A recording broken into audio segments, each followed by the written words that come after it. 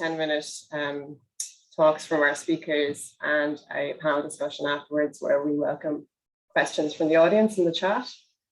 So we have three very experienced and accomplished speakers from industry today. We welcome them. Dr. Nisha Houlihan, research scientist in privacy and security at the AI team at IBM Research. Manuel Capel, who is the director of business development at Infer, and Jack Fitzsimmons, who leads the technology development at Oblivious.AI. So I'll give the floor now to Dr. Nisha Houlihan. If you'd like to introduce yourself and your work, Nisha.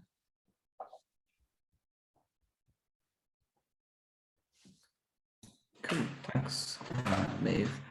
Can you just let me know when you can see my screen before I start talking, please? Yeah, that's good. Yeah, good to go. Okay. Yeah, so thank you very much, first of all, for the invite to this. Hopefully we'll have some interesting discussions later on. So my name is Nisha Houlihan. I'm a research scientist with the AI security and privacy team at the Dublin Research Lab in IBM Research. So officially we're known as IBM Research Europe Dublin. We sit under the security pillar, which is one of the main areas of research for IBM.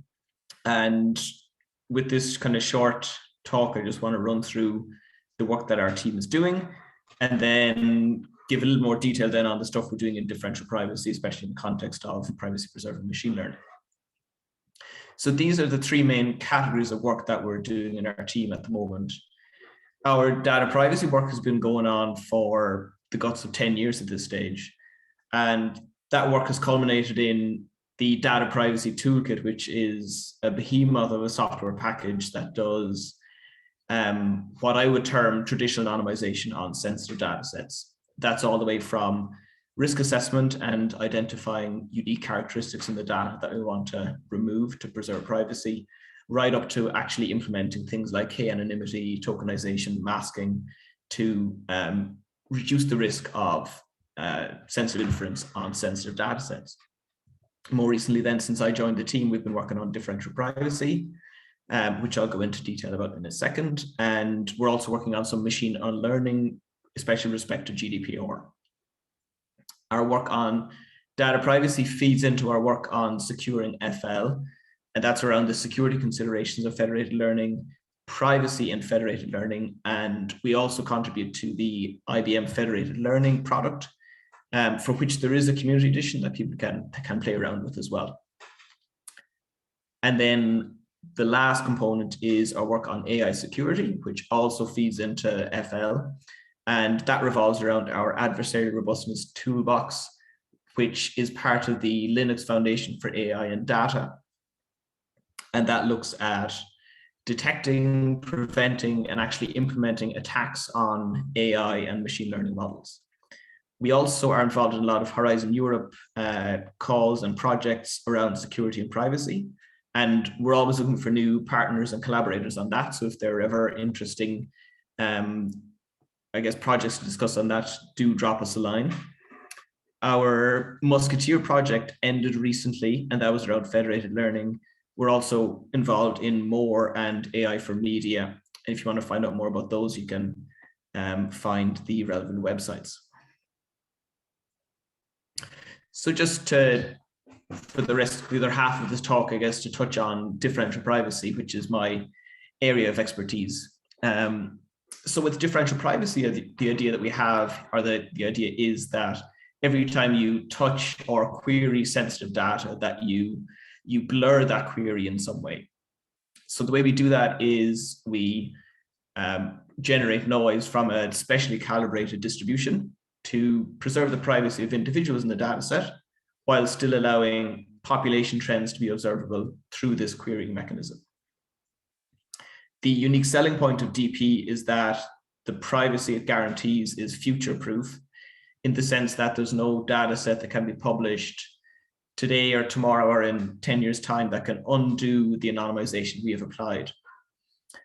And this stands in stark contrast to traditional anonymization tools, which have been shown time and time again to be vulnerable to data linkage attacks with external data sets. And the reason for this is traditional anonymization is a deterministic process that you achieve based on assumptions you have on an attacker.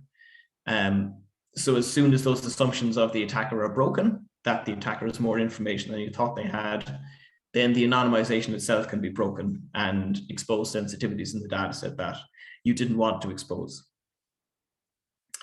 In the Dublin Lab and IBM Research, our work has focused more recently on developing user-friendly tools that non-experts in differential privacy or data privacy can get their hands on and get using differential privacy and doing research into differential privacy with ease, or with greater ease anyway. So we chose Python as our programming language because it's popular in this space. We chose NumPy and scikit-learn as our, I guess, the foundation stone of diffprivilib because they're popular for doing low-level data analytics and for doing machine learning. And the goal we had with the library was to build a virtually identical user experience to using NumPy and scikit-learn, and using a lot of default parameter settings for the privacy components of the library to make sure that users were familiar with diffprivilib before they even knew it existed. And I think by and large we've achieved that, but the work is ongoing as always. And just to finish then, just to show some code of Ppml in action. So here we have some Python code running our training and using a Gaussian naive Bayes classifier. So anybody who's used scikit-learn in the past hopefully will be familiar with the code and the syntax that's being used here. We do have some extra hyperparameterization that we need to calibrate the DP component of the algorithm correctly.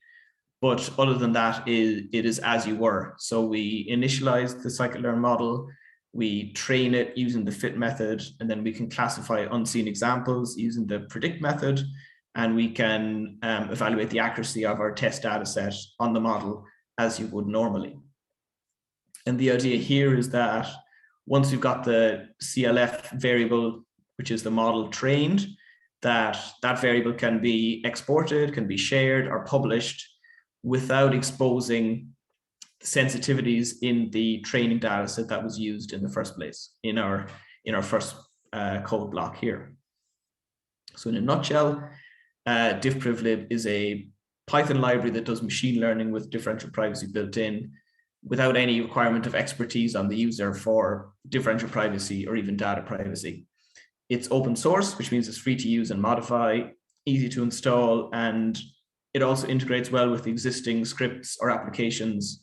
You can typically change 1 or 2 lines of the code and the code should run as it did before, but with the added benefit of DP guarantees then.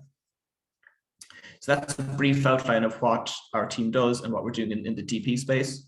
Hopefully that's enough to start a discussion anyway, and we can see where it goes from here then. Thank you very much. Excellent, thank you, Misha. Manuel, do you want to share the slides?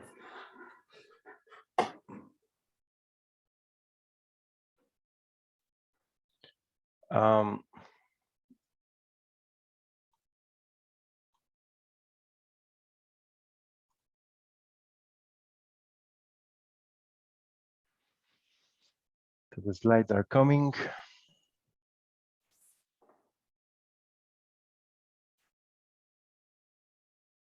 Okay, I think they should be showing right now. Let me know if it's not the case. So just a quick word of introduction about Infer. Sorry, is it okay? Yeah, that's great. Yeah. Thank you. So quick word about Infer. So we are Series A startup. We started in 2016, 15.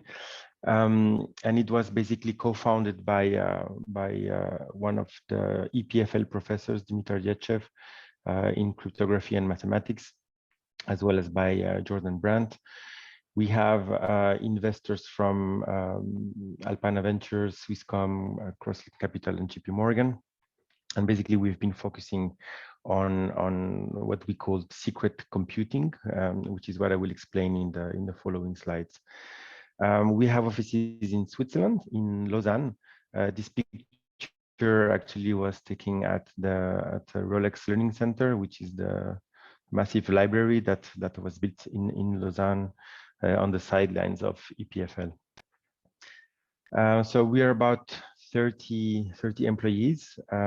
Most of the employees have PhDs or MSCs, and we have over 300 papers published in the field, and in particular in the areas of secure multi-party computation and homomorphic encryption. So, I think all of you are very familiar with machine learning, so I will not go into too much detail, but basically I want to start with this premise that more data is better for machine learning, and you can always try to augment, and have more data. And for that, you can either add more samples, so which we call vertical stacking of the data. Or you can have more features, meaning that you would add more columns to your database, meaning that you want to have more characteristics to describe each line of the database. And in both cases, you get either a better model because you have more samples that the machine can learn from, or you can have more features which allow you to discover more patterns. But the problem that companies have is that these data sets, they are often, let's say, mutually exclusive. They cannot see each other because of privacy reasons. It might be that GDPR laws don't allow to share the data and put it together so that it can be computed together. Or it can be competitive data, or it can be cross-border regulations. So for whatever reason, when you are not able to join the data, then you cannot anymore compute these machine learning models. And this is when we introduce the term of privacy preserving machine learning. So how do you join the data and compute machine learning models when the data is mutually exclusive? So this is the question I'm asking here in the next slide. And just to introduce our solution, it's basically based on secret multi-party computation. It's basically a solution that allows to compute this data that would be secure and that cannot be mixed together. So our solution sends cryptographic instructions and compute instructions to each of the participants. Then each of the participants, they exchange triplets of data, which are basically random numbers. And then using these bits and pieces of data collaboratively, they compute together a solution. So just to show an example why this is secure is that in this case, the data that is exchanged is purely random and cannot be worked backwards. Even if you have infinite computer power, if you receive a random number, that doesn't tell you where this random number is from. And I always like to use this example to illustrate this because I think it's quite conceptual to understand. But basically, imagine you have 3 participants. Each of them wants to compute the average of the salary.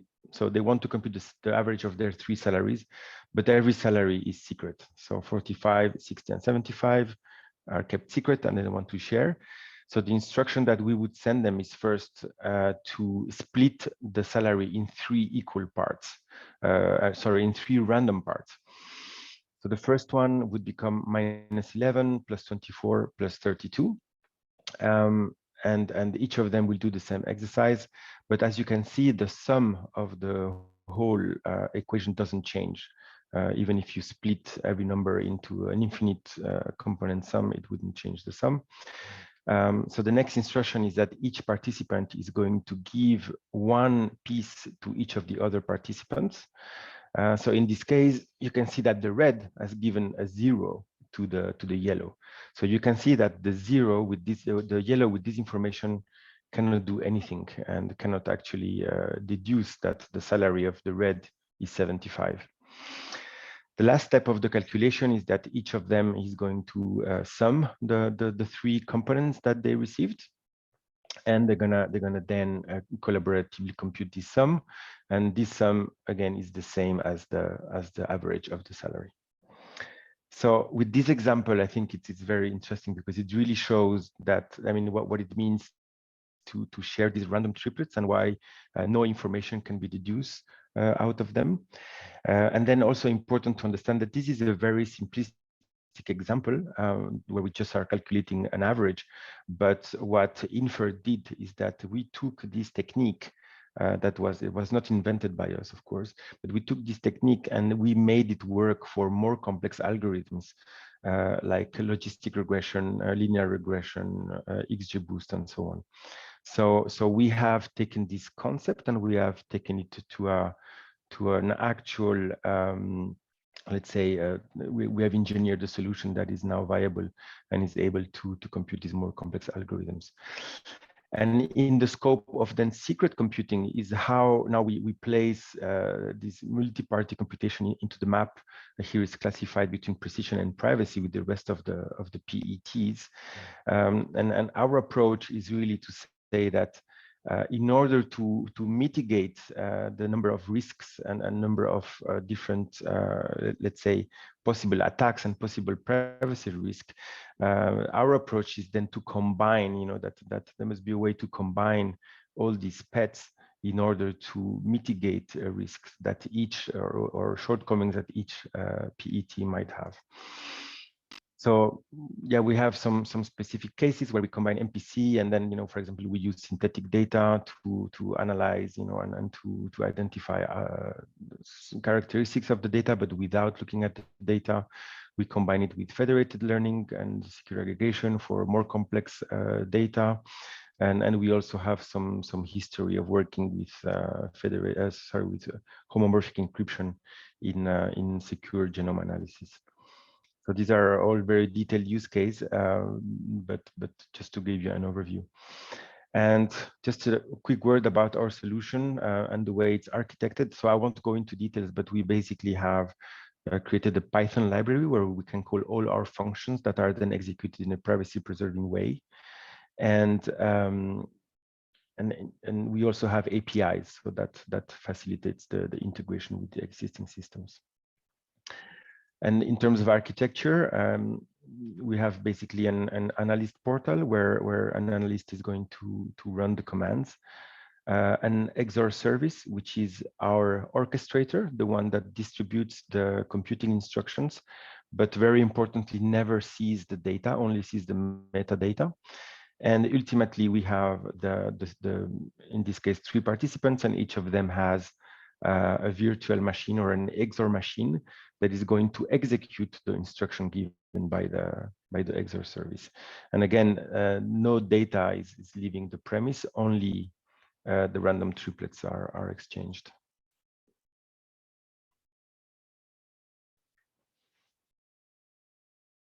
So very briefly, I will not discuss the details of the solution, but I will talk a little bit more about what type of use cases we implement. So we have segmented this in these 6 families. So alpha generation is where we have clients who are using now our solution to be able to acquire data from third parties and derive investment decisions from this data that wouldn't be available otherwise.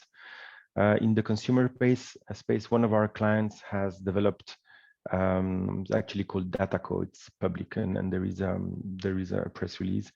So they have developed a data collaboration platform where different actors they allow themselves to compute on each other's data, and they are computing basically marketing use cases like personalized advertising and marketing performance measurements and things like that. In the risk space, this is really where we started. And there we see banks or telcos or insurance company bringing the data together and data about fraudulent transaction or anti-money laundering data, and together they can compute better models that they can then use to detect fraud more efficiently.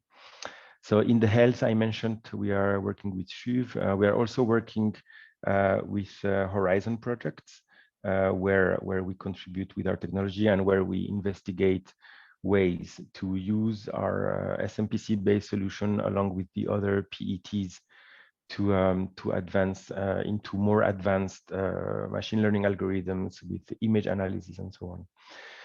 We also did some projects with predictive maintenance, and also we are looking into government applications. in a nutshell.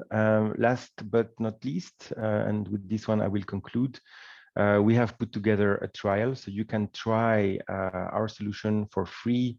You can log in, you can select some use cases, and depending on what is your interest, and then you can actually play with some data that we have there, and you can run it in our solution and see how it performs, see how you know what the resulting models that you get, and you can even download the data and then you can compare what results you would get with clear text data or what results you would get with our solution.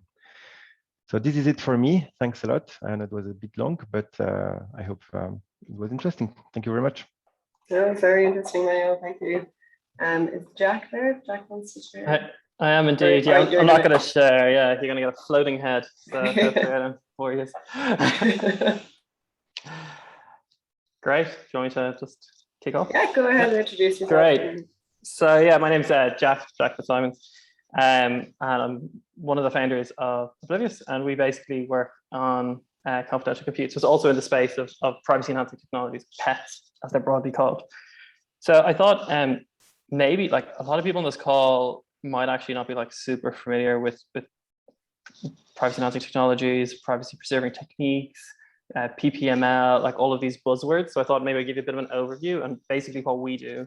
And I think we've got like a pretty good spread of speakers on the call, because like ourselves, like Infair and Nisha are kind of like three different types of privacy enhancing technologies that like all offer different things. So it's, you know, in your situation, when you come across a problem, hopefully it gives you a bit of food for thought of like, you know, what path to go down for your specific problem. So privacy is a pretty like hot space at the moment, I would say. It's been growing kind of year on year. And the first wave of this was really pushed on by like regulations and stuff like that. So you have like GDPR in Europe, CCPA in California. You've got the Act is about to be released over in Australia for their new modern privacy regulations, et cetera, et cetera. You've also got like I mean, there's just so many lawsuits and regulations that are popping up, recommendations from the ICO in the UK, et cetera, et cetera. And so companies started to realize, we need to actually think about how we use data and then how we like protect data throughout its life cycle. So the first kind of like wave of companies that really kind of emerged were very much around kind of like, I kind of think of them as like the IAPP type companies. So they're like the Institute of privacy practitioners, that flavor. And so typically what they do is they try to help you to comply to these new regulations. So the first time a privacy technology company of any sort was on, I think it was Gartner's like fastest growing list or whatever. It was only like 3 years ago, and they were #1, and it was a company called OneTrust. And so what they do is basically you collect data in your company or in your university or whatever the case may be. So when somebody says, hey, I want to like you to delete all my data, for example, for the right to be forgotten, or if you want to like see how your data is being used and make sure it's being compliant with the T's and C's and stuff like that. Most companies had no freaking idea how that was actually happening. So they needed to like breadcrumb when data was being used throughout its life cycle. So those type of solutions are now like pretty ubiquitous. Like most major company is going to have some solution in place to know how their data is being used. But it's almost like having a massive Excel sheet, right? Like you kind of list like where the data was, how it's being used, where you need to delete it, if you need to delete it, et cetera. And it doesn't really help protect it in scenarios where you need to collaborate and you want to maintain confidentiality of different data sources, or you want to disseminate, you want to share some statistics, and you want to make sure that people can't, work out essentially what the sensitive information was that created that data set. And so that's where basically privacy enhancing technologies come in.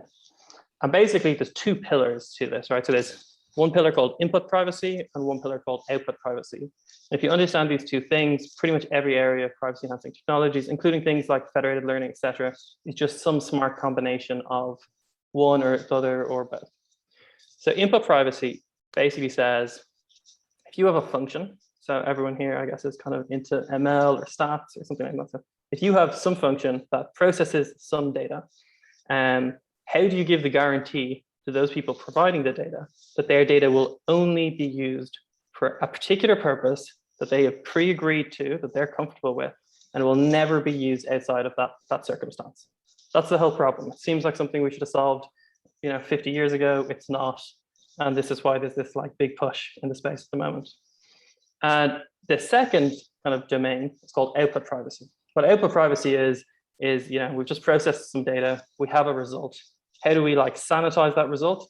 So if we give it to someone upstream, that they can't reverse engineer the original inputs, right? However, within these two kind of buckets, you get different techniques with different trade-offs. So output privacy as an example, and like statistic bureaus have been doing it for 100 years. So if you look at like the census, for example, you can't work out what your neighbor's getting paid, right? So they've got a whole bunch of people filling in dockets, they process it, and they bin it, and they do some like sensitivity analysis to make sure that what they publish doesn't let you to work out that Eddie down the road's getting paid, a fortune, and he's just stingy at buying pints on the weekends, right? So you should not be able to back work that out. There's now more kind of strictly formulated approaches called differential privacy. And like Nisha is like, I would put him as our national expert on the topic. I don't know many people who actually have their PhD in specifically differential privacy. Usually it's like in application to a particular problem. So yeah, he's very much the man. I think he is like the IBM's differential privacy guy at this point. Andrew Trask's a great person. Salil over in Harvard. There's Cynthia Dwork is one of the people who invented the field and a huge advocate of it, etc. So there's like some great people who are pushing out different libraries, and a lot of them are open source and freely available. So Nisha, Fairjuice Differivlib that they wrote is actually, it's on GitHub. You can just, stick it on your computer and start playing around with it in 10 minutes, and you should do that basically. So it's quite fun and enjoyable. OpenDP, OpenMind, they all fall into that category. In the input privacy sphere, you kind of have two types of approaches and techniques. And that's where ourselves and a group like Infer will just differ. So it's not, I never even see us as like directly competing, so we just do like two different things. I think Manuel will probably agree on that. So in one kind of mindset is to go down the approach of what's referred to as homomorphic encryption and a secure multi-party computation. And these are encryption-based techniques. Manuel gave a great example there just a minute ago, where you take data, you split it into shares. So if you only have one share of this data, you can't really work out what the original data is. You're passing the data back and forth between parties, each person processing on their share of data, and hence never seeing the full picture. And you can put in lots of smart things to make sure people aren't cheating, and you can be secure against adversarial attacks, et cetera, et cetera. And importantly, from their context, you never really have to trust a single kind of point, like a single computer or something like that, right? So that is one of the advantages of these kind of pure encryption-based techniques. Now, of course, there's like some challenges with them, of course, also. I'm going to say the challenges with enclaves too. I'm going to try to be like totally fair, but just to give you a bit of an oversight. So with them, typically, you're passing back and forth information. So you have many rounds of communication. So some latency that happens there. And often encrypted traffic is larger than plain text. So you typically have a lot of traffic going back and forth, which means you have to take into consideration like bandwidth constraints, et cetera, et cetera. And of course, for every like multiplication that would usually happen just on your computer in like nanoseconds or something, that can now sometimes take longer. And there's some constraints over like the operation sets for something. I know Infer is mostly MPC, but like other, say, for example, Zama is doing homomorphic encryption, for example, that they have to perform polynomial circuits. So they typically will make approximations of models and stuff to do that. But the real benefit is you don't have to trust any centralized point. Some of the other challenges, though, would be like, for example, there's unfortunately not yet, but hopefully will be soon, any standards, which means there's not really any certification, which means like insurance and underwriting can be an issue. Some people are taking care of that, but there's a lot of complications in that. And often it involves finding really smart people. Infer are very smart people, as are Inveil and others, who typically were professors at big universities who've home-baked libraries and often open sourced them or partially open sourced them, and you're trusting that. The other branch of input privacy is just a totally different approach, and it's being backed by a lot of the infrastructure players. So, and that's called confidential compute. So what's happening there is, it really started with like the Intels, et cetera, with their Intel SGX chips, et cetera. But now it's no longer just in hardware. It's typically managed by software, and it's provided by every major cloud provider in the world. And what's going on there is basically that we can spin up an instance. So you can think of like a server in the cloud, and you take some of that server and you give it back to your cloud provider. You say, hey, I'll pay for it, but you now kind of manage it. And you've got very limited channels of communication. So you can no longer see what's going on the inside. You can just pass in traffic and receive traffic through the server that originally set it up. But the infrastructure provider does one thing that's super important. They hash, so they hash, you can think of it as like creating a unique signature based on everything that's running inside. So it's the operating system, the software, all the environment variables, et cetera, et cetera. And they put this into a document along with things that software inside the enclave can ask for, can request for. So like, I don't know, a public key, for example. And the infrastructure provider digitally signs this document that contains all this information. And so you basically kind of have a trusted third party. You have a trusted server now that's managed by your cloud provider. Typically people trust their cloud, but obviously not everyone does. So it's suitable for some people, but if you really don't trust, for example, AWS or Azure or something, maybe not for you. But once that's been managed, the entire stack, so basically like what our company does in Oblivious, all of the tooling built on top of that can just follow like ISO standards and be certified and go through like regular security reviews, etc. And you can use this trusted server to allow people to upload data completely securely from their computers or from their servers into this shared trusted environment running code that you've already pre-agreed on. And so that's basically what we very much focus on. So in the call, you're getting from like differential privacy, secure MPC, and now enclaves. So I think this is really cool and really exciting for one purpose in particular. If I'm running over time, just kick me off there, mate. But my background is actually, I did my PhD in machine learning. And from there, I was part of a startup, and then I worked in a larger company, and then quite a large company. And at each stage, you would think you would be able to get data to do your job, right? I'm pretty sure there's people in the Cedar Institute who are doing some like Horizon project with some hospital or something, and they just will not send you the data. And that is the most common thing that you will come across. So we actually started, and we tried to go down the route of homomorphic encryption and MPC. We realized that it was actually very challenging to get people to be able to use it. It's very complicated, which means, typically speaking, people have to like refactor their code, etc. And that just creates like a whole bunch of challenges. So secure enclaves was like super, or a confidential compute was like super beneficial, because you can take your TensorFlow model and you can just dump it inside of the enclave, and you can write a lightweight server that will receive data from two people, fine-tune your model on it, and then offer inference to a third person. And as long as everyone has signed up to use that service and understands what's going on inside, it's a great way to broker trust between people. And it takes like 5 minutes to set up, because you just say, hey, Amazon, spin me up an enclave, and here's the code that should be running inside it. So that's pretty much our approach to it. And we then do partnerships with a lot of the output privacy groups. So we work with like OpenDP, it's like a Harvard project, OpenMind, there's a whole bunch of them. And this lets you do like really cool things. So for example, one of the groups that we're working with is a government body, and they have sensitive data that's owned by different groups.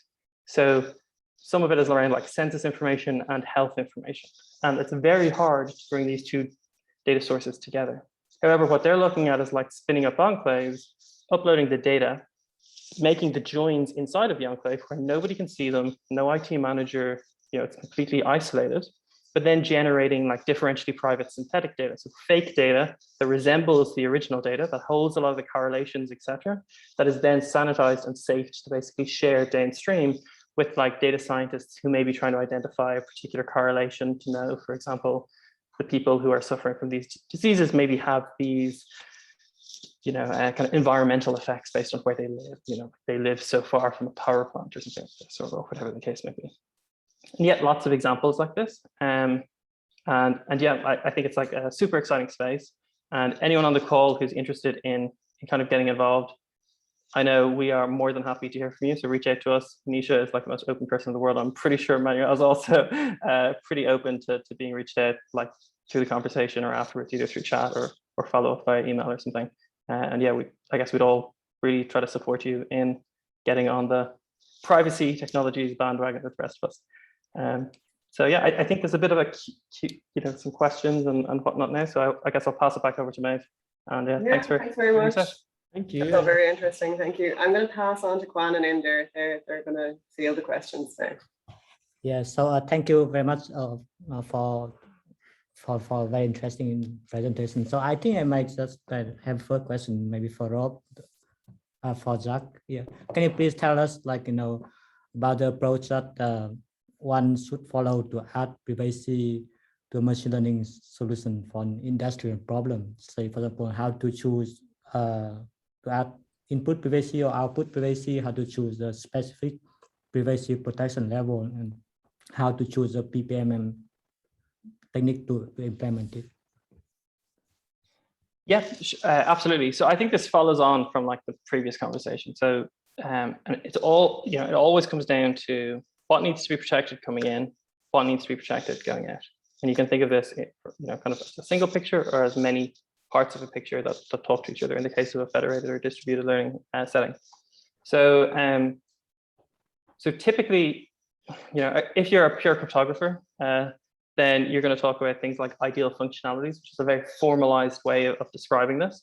But you essentially want to say who is providing what going into this black box and who is receiving what, and what are the things that we're trying to protect.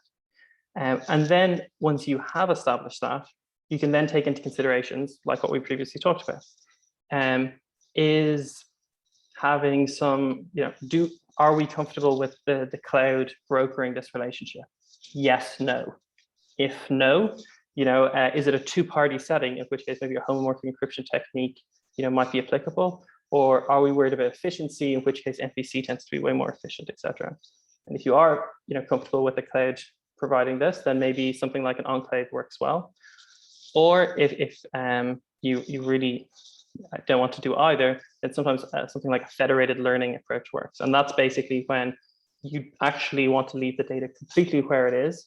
You want to make sure what comes out of that is always safe for sharing.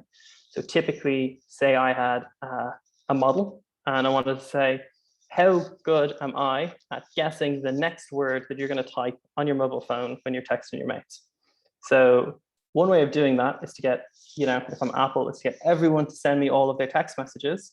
And they would be written up on the front page of the New York Times as being this surveillance big brother state if they ask people to do that.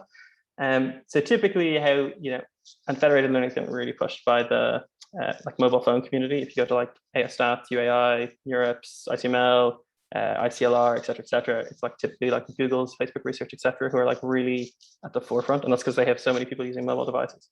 But they will basically send the model down to your phone.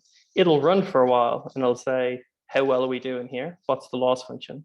And then it will sanitize that loss function and send it back up to the centralized node that basically takes all of these noisy estimates of how well it's doing and combines that safely.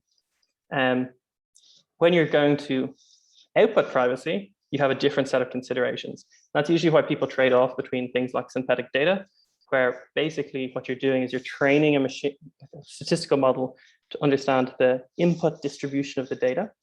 And then you're sampling from that. So you get fake data, then you're using that fake data to apply a machine learning algorithm or to do some statistics on. Or adding that error, so that noise at the point of the questions you're asking, which is usually a differential privacy kind of query. And even within that, you have some complications because you have to say to yourself, well, do we trust the person asking the question and basically composing the results, and we're just worried about after they've disseminated it? Or do we not trust the person asking the question? And that, we have things that are like a trusted curator model versus kind of an adversarial model, et cetera. But I think the real person to answer on that side of things will be probably Nisha, seeing as this is his bread and butter when it comes to output privacy. I'm not sure if you want to add anything there. Nisha, do you have anything to add to that? Yeah, I think the beauty of differential privacy, specifically for the output privacy approach that Jack was talking about, is it's a single line. It's a single line in the definition of mathematics, and it's so general that it can be applied to anything, right from give me a count of the number of people in CDAR, right up to give me a differentially private neural net that's doing some complex classification. And the really interesting part of that as researchers is to, open out this algorithm and dig into the finer details of it and insert your DP mechanism there.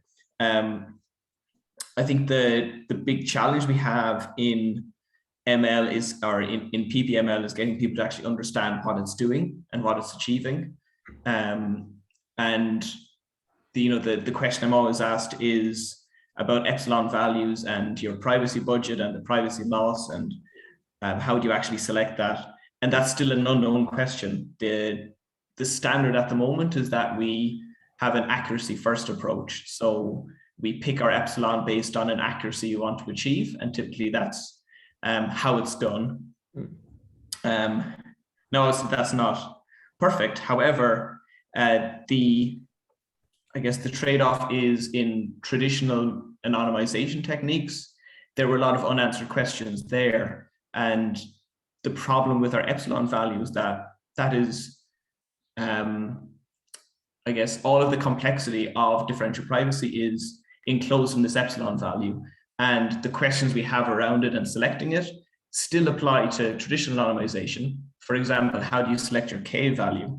But it's less well defined. So I guess you can sweep it under the carpet a bit more. But I think the next step in TP is how do we select epsilon globally, and how do we do that correctly?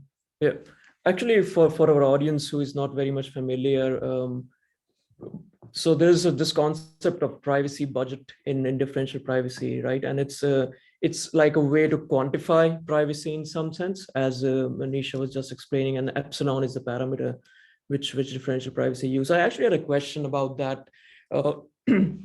In the future, you see, if like the research problem of how to choose an epsilon and how what are the good ranges for epsilon to choose from, if that is solved, do you see like that sort of parameter becoming a part of these regulations like GDPR, which sort of enforce those sort of limits on privacy budget, given that only like differential privacy is used? What are your views on that?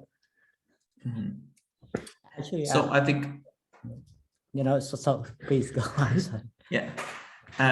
The main issue with DP is that it's a worst case guarantee. So it guarantees that the epsilon you ask for will be achieved for the edge case of the worst data set you could give it, that it will still preserve the privacy in that case. And that epsilon would be an upper bound on the privacy that you get. However, in a lot of cases, the actual privacy that is inherent in the algorithm or the model that you've trained is a lot better, that the effective epsilon is much lower. And sorry, I've lost my train of thought for a second. In terms of then selecting our epsilon values, that depends a lot on the algorithms that we use. So a very simple example, like counting the number of individuals in a differentially private way, you can get very tight bounds on epsilon in that case. If you're training a neural net on a sensor data set, the epsilon bounds are much less tight. So the actual privacy that you're achieving can be a lot better than might be than the epsilon that you're asking for.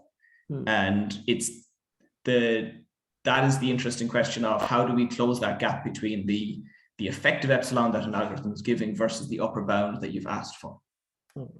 Okay, yeah, that makes sense. One thing before we go to the next question. The audience is free to ask questions, so like you can put your questions in the chat and send it across. And I think they can also unmute themselves and ask one, right?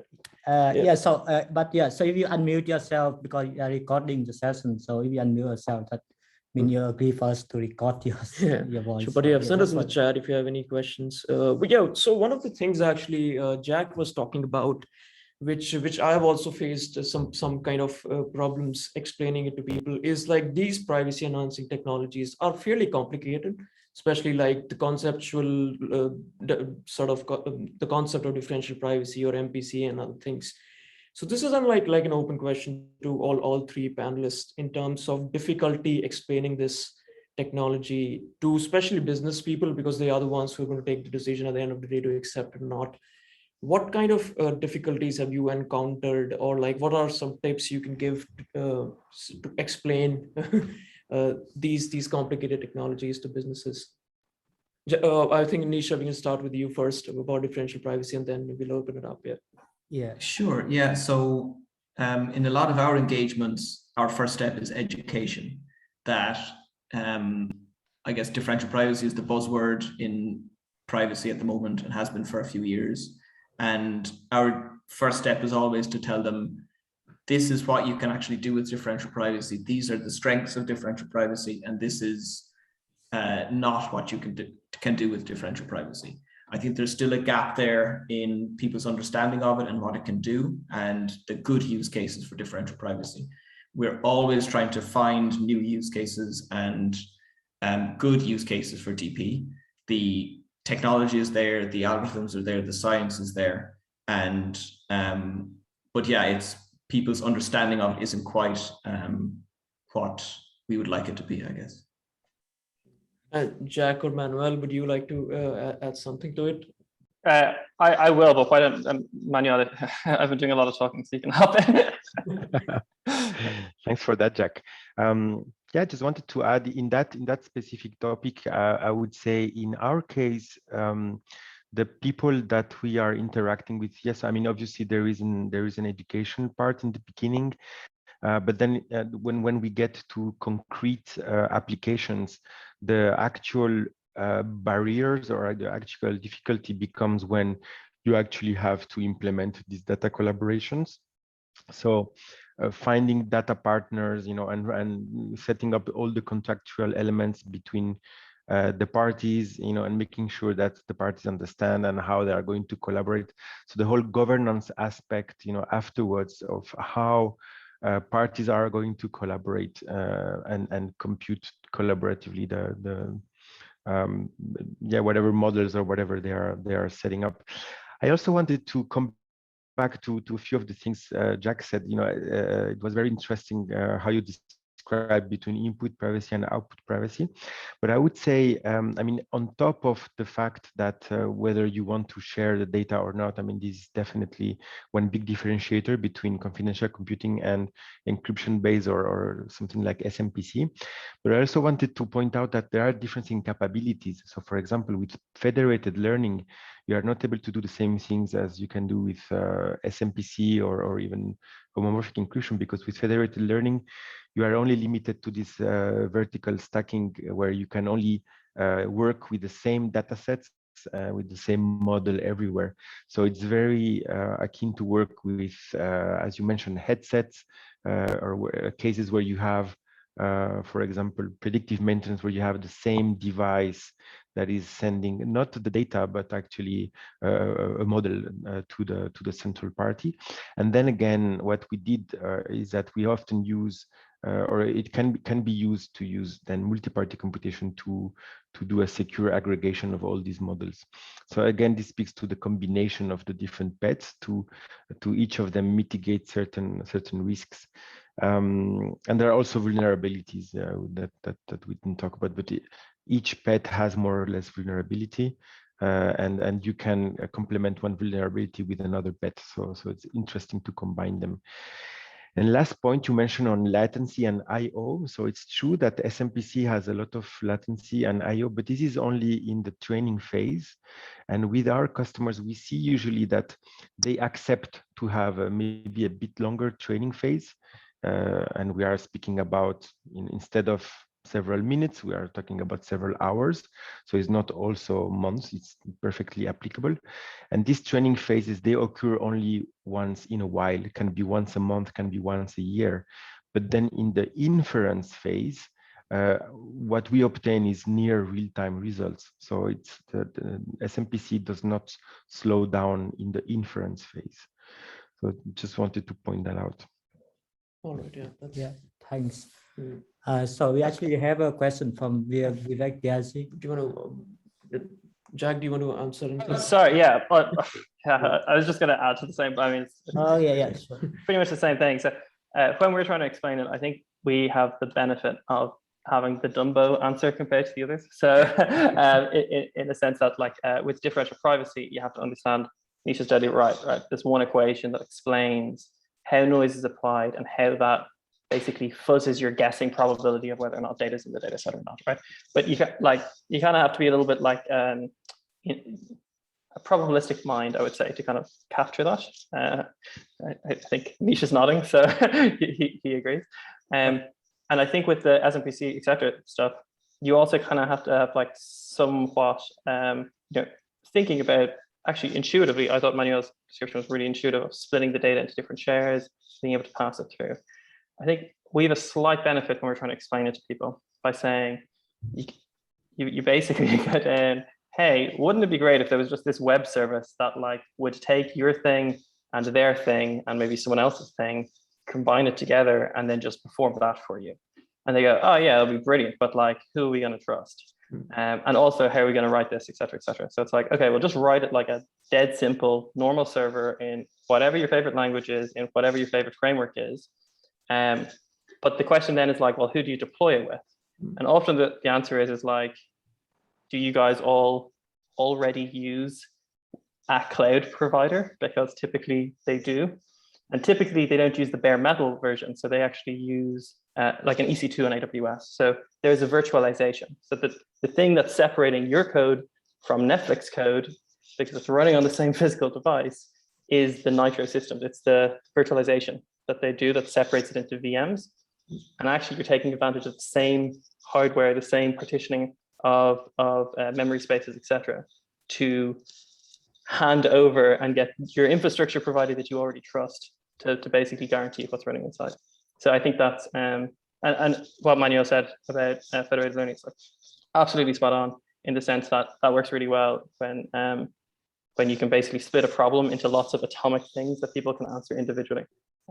So yeah, absolutely correct. But we try to stick to like the most intuitive way of trying to explain in terms of like things people are very familiar with already. That's kind of how we endeavor to go about it. Yeah. Okay. Interesting. Like just like a short question there. Sometimes it's like there are geographical limitations to where you can host your data. For example, we in Cedar, when we use cloud, we don't use servers outside Ireland.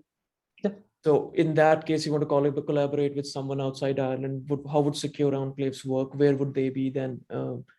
Yeah. So you run it on your cloud provider. So say you use AWS EU West 1, which is out there next to Nisha, I think, just outside of Dublin, near Blanche or something. So you would just choose that as where you want that server to be deployed. And then your enclave is deployed there. And you can deploy it on our infrastructure. We just try to make it easy for people. By the way, our tool's like free for people to have like small usage every month. So like for an individual researcher, like go wild. But you can, if you're like on a paid tier, you can deploy it on your own infrastructure. So we're not actually involved. We just give you the tooling to deploy it. I don't know, maybe you want to be on AWS EU2 over in London or Frankfurt, or maybe it's in the States or whatever. So that is up to the end user to decide where the processing actually occurs. One caveat though is like the internet isn't always straightforward.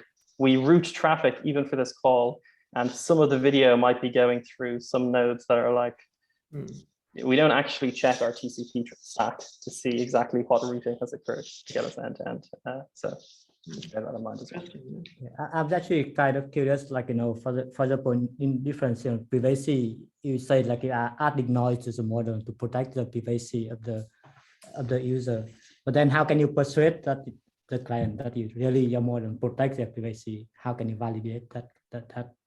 Yeah. So I think there's a question for Nisha in the audience. Want to go there? Yeah, so we have a question, just this one, actually not sure. Yeah, so a question from Vivek, so it's just a short one. Great talk by all three speakers, Nisha, Manuel, and Jacques. I have a question for Manuel. You presented your SAW platform implementing addition operation in privacy preserving manner, and that's great. Does your platform also implement log exponential and division operation in privacy preserving manner? Yeah.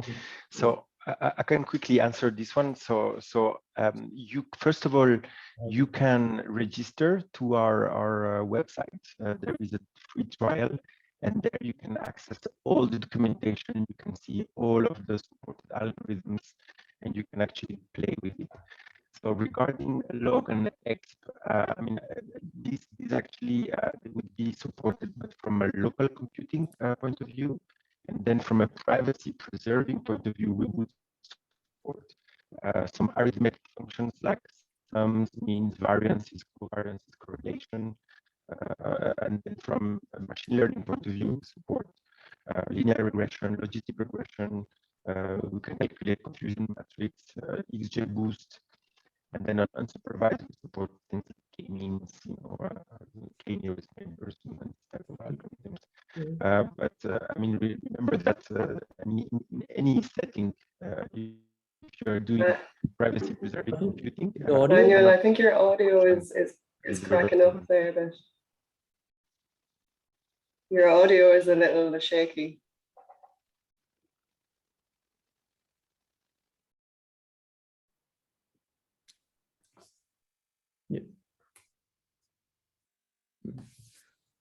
But I think like in the solve computing platform, as long as you implement the solve function or the NaN function, then all other functions can be converted to that. So in theory, you shouldn't have any problem. Yeah, but they typically involve forensic communication. That's where the challenge is for homomorphic. For example, Zama, for example, because that's an open tool you can also use. That's just for homomorphic encryption. They try to mimic like the NumPy functionalities, but you do have certain limitations because typically operations in homomorphic encryption, it's on lattices, and a lot of SMPC is on Galois fields. It's on like circles, you can think of it, like numbers that wrap on top of each other. So when you split to shares, you have uniform uncertainty over the entire space, and that makes it like highly secure. So you like typically you don't actually have division. You can't do division on the space. You do a thing called multiplicative inverses. You need to make sure that your rings are large enough that the input space doesn't accidentally wrap around and then give you a false result, etc. So these are just considerations. I would say all of these techniques come with pros and cons. I think Nisha will probably say for certain, if you just give a black box algorithm, it's very hard to know what type of noise you actually add on to the output in order to guarantee that what you're doing is safe, right? In Manuel's context and other SMPC contexts, by the way, I'm not speaking for you. It's just because your audio broke up, so I'm trying to help. Oh, it's back. Oh, sorry. Okay. Well, the point is that you can really give a guarantee around the whole life cycle because it's almost like a functional programming language. You know each building block, and that's called composability in cryptography literature. So you prove the security of each block, and when you compose them together, you get the security of the overall thing. It's a very powerful thing that Infer and others can offer you. In our context, we actually don't do that. We do a shared responsibility model. So you're writing a server that's going inside the enclave. There's no way, if we want to be language and framework agnostic, we can stop you from doing something very silly, like if Nisha and Manuel are giving inputs and then you just give each other's inputs to one another, there's no privacy really going on there. You have to just be conscious of what's coming in from different parties and what you want to be going out from different parties. So that's the kind of the crux. So it's, yeah, as Manuel said, there's different vulnerabilities or different things you should be conscious of whenever you're using I think any of these things. There's another question for Nisha actually from Anil in the audience. Could you please expand a bit about the current status of differential privacy for visual data? So I think they're asking about, I think, computer vision kind of tasks maybe. Yeah. So it's not an area that we're actively working in at the moment, but it's very challenging from a privacy perspective, given the dimensionality of images in general. I spoke before about the inability to hit tight guarantees on our epsilon values for deep learning, for example. And that requires us, especially when we're doing image recognition, to have quite high epsilon values to get accuracy from it. You also have a trade-off in terms of computation time, which is just an artifact of the way we do things. I think the next frontier in image recognition for DP is that we use sensitive images or sensitive data to update models or to retrain, for example, the last layer of a neural network. because we can control the privacy a little bit better in that case. But it's a tricky one. The other issue is that DP generally preserves privacy on an individual level or a per example level. In image recognition, a lot of the time you might have this a similar image from a single individual repeated a lot of times, and that presents challenges when we're trying to preserve privacy as well. Yeah, that was exactly its follow-up question from Anil, that if there are multiple images of, let's say, the same person, how would differential privacy work then? But like, I think there is the similar question has also been asked to Jack. Is that for synthetic data? So I'll read out the question because I think it's the general theme of visual data that's going on. It says generating synthetic data based on learned distribution as input privacy viable for visual, image, or video data. I think what it's trying to ask is input privacy kind of regime also suitable for applications to like visual, image kind of data? So absolutely, like this is just like the benefit, I think. This is just like one of the key kind of selling things here. So we can support enclaves up to 24 terabytes with 200 CPUs. That is big. Put that in context. If you have a compressed version of all of Wikipedia, that's something like 20 gigabytes from a recent like snapshot or backup that they take. If you look at any of the, like for example, if you have a BERT model with like wiki text as like the base image, the size of the model is about 468 megabytes. So like you're talking about like orders of magnitude larger than that. So we work with a group in the US that will, I mean, you can totally do this yourself, but their thing is typically around like a sparsification, making it very efficient. So one of the caveats to enclaves is you can't use anything basically over the bus outside of the RAM and CPU. So everything's in memory. So if you have like deep models and stuff like that, you can upload like an ONNX file, like an open neural network exchangeable file, sparsify it if necessary to make it very efficient for runtime, and then take the top layers and fine tune that based on someone else's data. So that will be like a transfer learning task. So let's say, for example, you have like an NLP model that you're using for translation, and now you want to use it for, I don't know, maybe you want to fine tune it based on kind of a extended corpus relating to legal or something like that. You know, one of the things people often do is they just like chop off the top layers and we'll retrain them. As Nisha said, training models that are differentially private, it's like he said earlier in the call that it's hard to keep the epsilons tight. That is definitely true. So one thing that, because we were obviously been playing around with partners who train neural networks with differential privacy, but is you basically add your noise per gradient when you're retraining the network. So if you're looking at like a large deep network, your epsilons tend to explode because you're adding like a lot of noise the whole way through end to end. What a lot of people are doing though is they're taking the latent space or the inferred space of a deep network. They chop off the top layers. So this is your latent space that you would use in like a typical transfer learning task.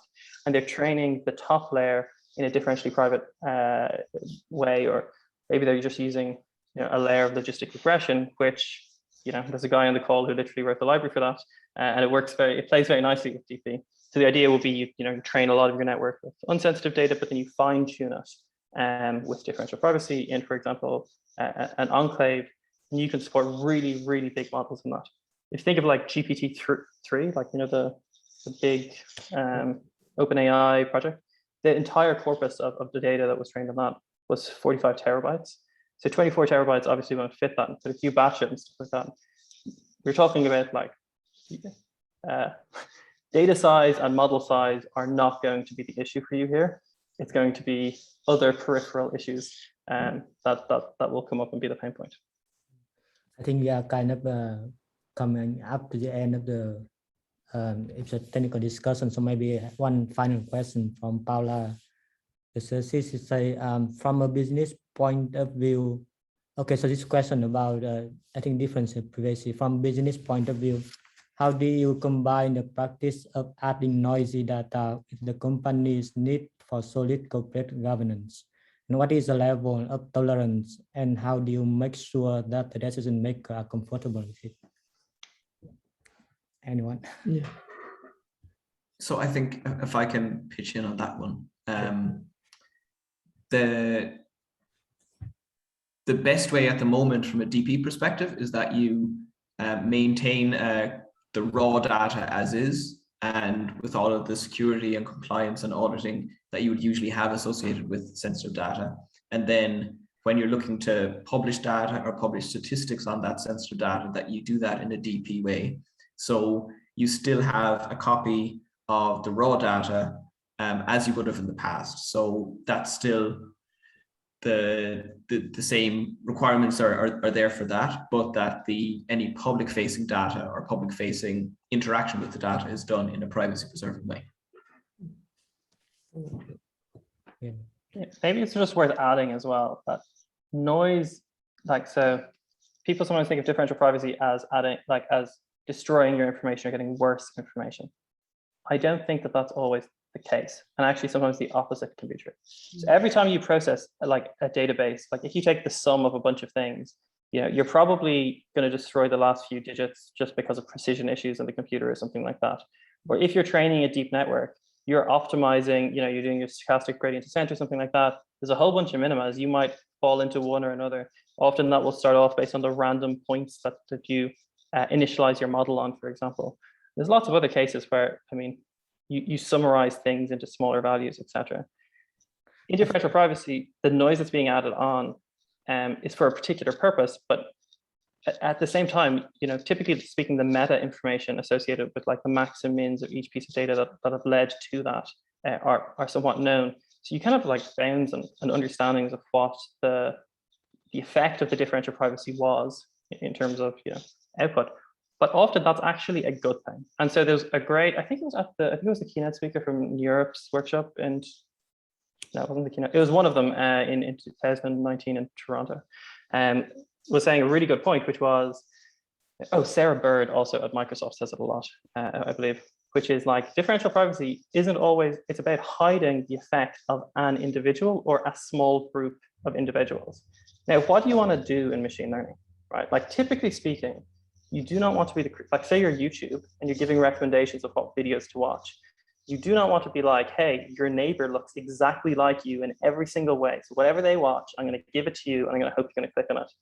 That's creepy, right? You do not want to overfit to individuals.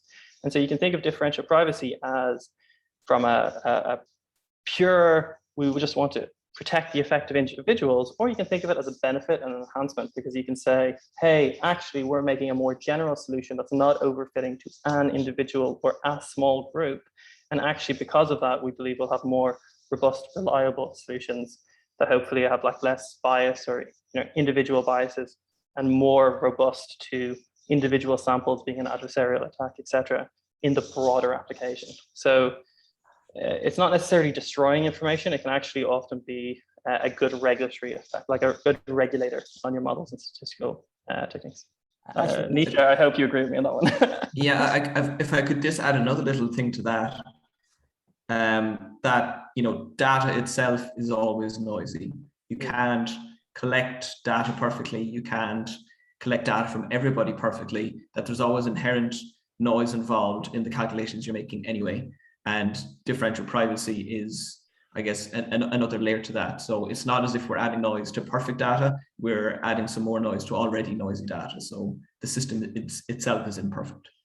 Yeah, actually, that's a short follow-up question on that. So Zach was mentioning adding noise is a way to reduce overfitting, because one problem of deep learning model is that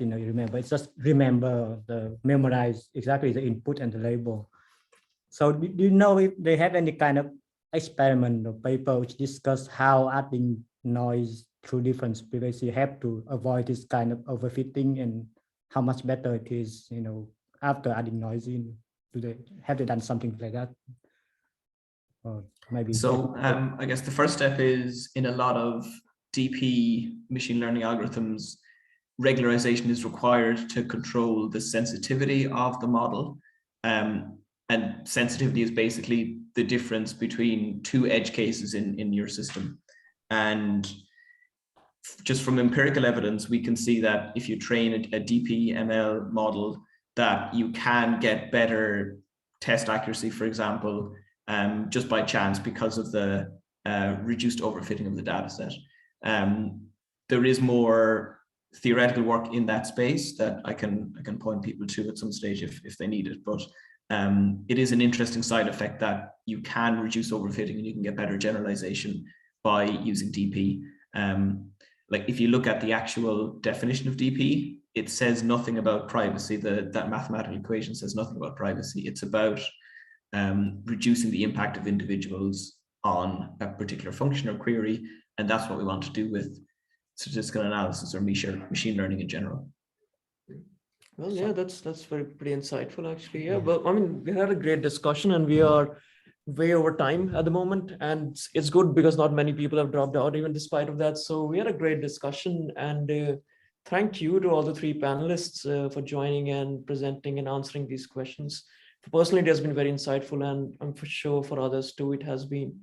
And yeah, Kwon, you want to say something? Yeah. Thank you for a very interesting presentation and providing the answer for many practical questions that we have ourselves and as audience ask ourselves. And yeah, thank you, everyone. Thanks for asking questions. Also, it was wonderful. For attending the. Do you mind if I throw in a last and final point or pitch or whatever, right? So we are quite keen in that there's like an ever-growing group of people who are just interested in this stuff in Dublin. Inda, who's sitting right in front of you on the camera, Nisha, ourselves, Rob, who I work with, he's our CEO, he's on the call as well. Like once a month, like in one of the last weeks of the month, we try to organize a very casual pint in town where people can just sit around. The pints are free. We have a chat and we talk about these topics, and I honestly say I learned something from every single one of them. So I guess we'll probably do one at the end of the month. We'll post it in the Cedar groups as well. And like, even if you're not a pro in these stuff, like just, you know, it's just people chatting about interesting things and getting on with each other and learning and all the rest. So I'd highly recommend it. And Manuel, you're more than welcome to join if you want to come to Dublin and have like top quality original Guinness direct from source. So yeah, everyone is more than welcome. Yeah, I hope to attend one. Take you up on that. So yeah, want to ask you a question about like how to add the input privacy for like census microdata for fairness testing. So maybe it's something I'm going to ask you in the future. But cool, great. Yeah, next time, just if you can say it on our community network, the Mighty network, then that'd be great. Sure. I think we'll put a word out. Yeah. Thanks. Yeah. Thank you, everyone. Thanks a lot, yeah. guys. Have a nice day. Yeah. Bye-bye. Thanks a lot, guys. Thanks to the audience as well.